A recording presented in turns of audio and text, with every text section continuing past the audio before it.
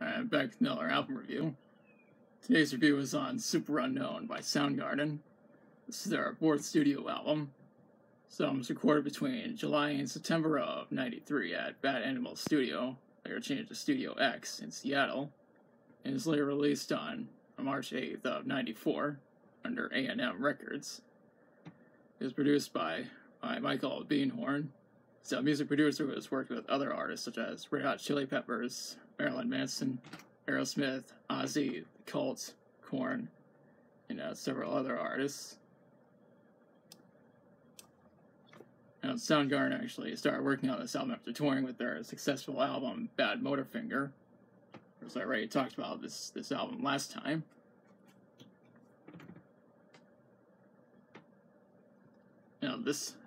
This album does capture the heavy sound of their earlier work, but it also touches upon other genres, not just grunge. In fact, it also touches upon heavy metal, alternative metal, hard rock, psychedelic rock, and even stoner rock of all genres. Superunknown was a massive critical and commercial success when it came out. In fact, it debuted at #1 on the Billboard 200. It was later certified 5 times platinum by the Recording Industry Association of America. It even became the 13th best-selling album in '94, and just 2.5 million copies were sold that year.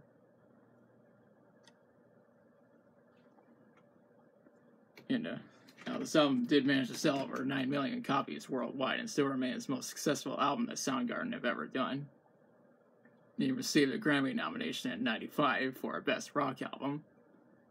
He even ranked as number 9 on Rolling Stone magazine's list of the 50 greatest grunge albums of all time in April of this year. Now that is quite an accomplishment. The album received nearly perfect reviews from critics, and rightfully so. Now let's discuss the songs. This album starts with Let Me Drown. It's a really good song, and it sets the tone for what we're in for. My Wave is what comes next. The song was released as a single in October of '94. Around line that John Perez of the New York Times mentioned that the song features left and right channel guitars. And the song was also featured in the trailer for the film The Endless Summer 2. He even later found itself on the soundtrack for the film Riding Giants. 3 years later, it was played in the trailer for season 6 of the show 24. The next song is Fell on Black Days. The song was later released as a single in '94. Everyone, including myself, consider this to be one of Soundgarden's best songs. Around line that Chris Cornell said that the song is about being depressed while things are going well in life. Around line that the song was also featured on the show Supernatural and on the Vampire Diaries, though I haven't seen either of those shows. I'm going to link the music video in the description. Mailman is a great but slow-paced song.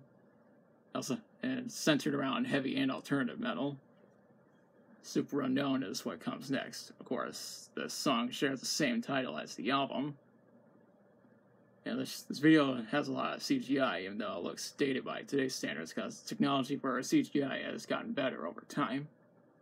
It's still a great video, and I'll link it in the description.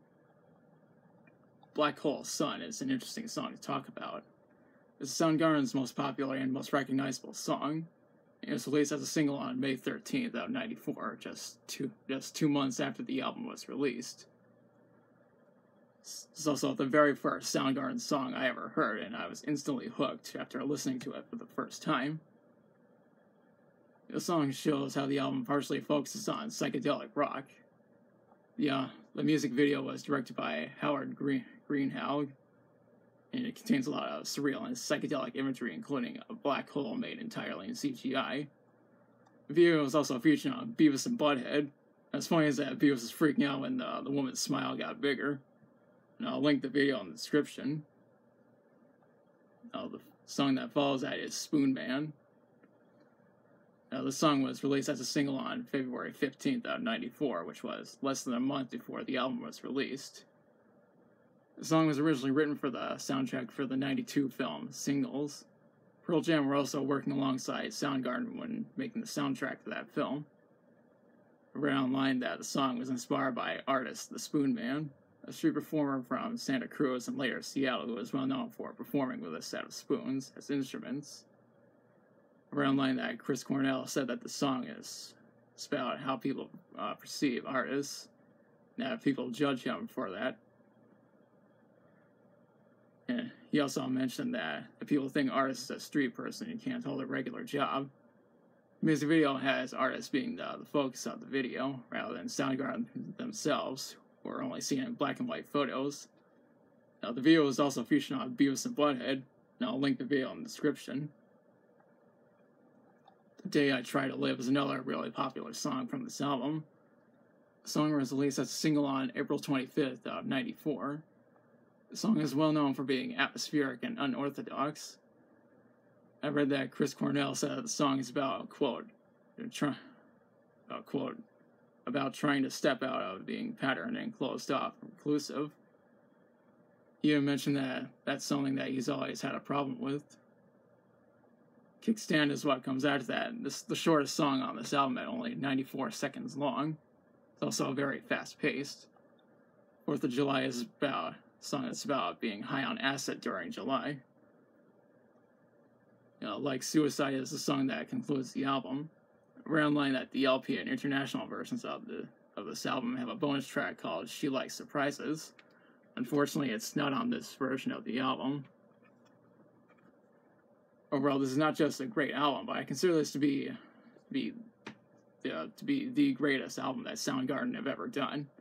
Hell, I'd even go as far as to call it one of the best albums of the 90s. If I was going to do a video of the best albums of the 90s, you can guarantee that this album would certainly make the list. And I strongly recommend buying this album and listening to it.